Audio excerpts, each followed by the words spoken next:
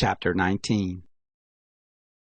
Ahab told Jezebel all that Elijah had done, and how he had slain all the prophets with the sword. Then Jezebel sent a messenger to Elijah, saying, "So let the gods do so to me, and more also, if I don't make your life as the life of one of them by tomorrow at this time." When he heard that, he arose and ran for his life, and came to Beersheba, which belongs to Judah, and left his servant there. But he himself went a day's journey into the wilderness, and came and sat down under a juniper tree. And he requested for himself that he might die, and said, "It is enough now, Lord. Take my life away, for I am not better than my fathers." He laid down and slept under a juniper tree.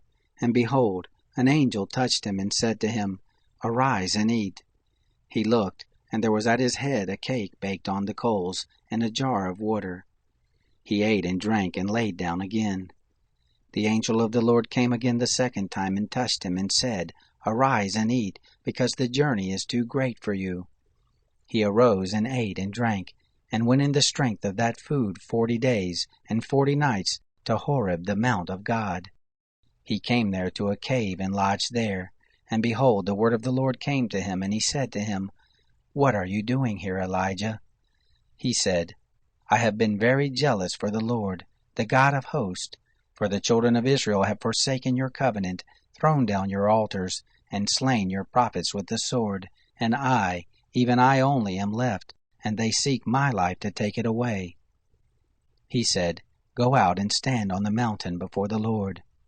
Behold, the Lord passed by, and a great and strong wind tore the mountains, and broke in pieces the rocks before the Lord, but the Lord was not in the wind.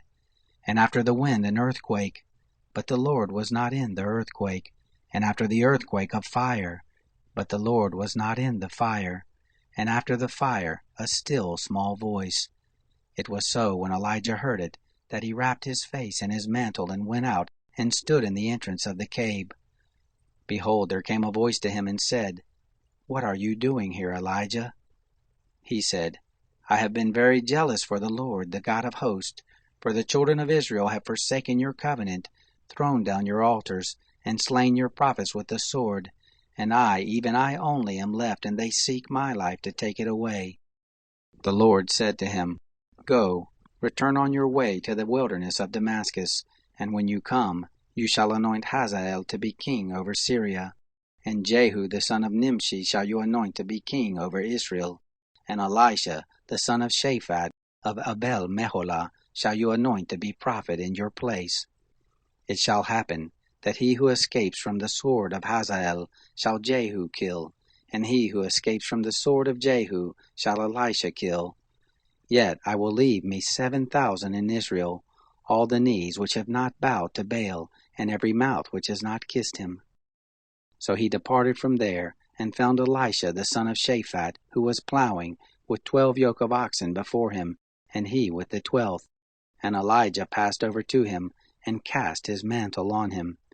He left the oxen, and ran after Elijah, and said, "Let me, I pray you, kiss my father and my mother, and then I will follow you." He said to him, "Go back again, for what have I done to you?" He returned from following him, and took the yoke of oxen, and killed them, and boiled their flesh with the instruments of the oxen, and gave to the people, and they ate. Then he arose, and went after Elijah, and ministered to him.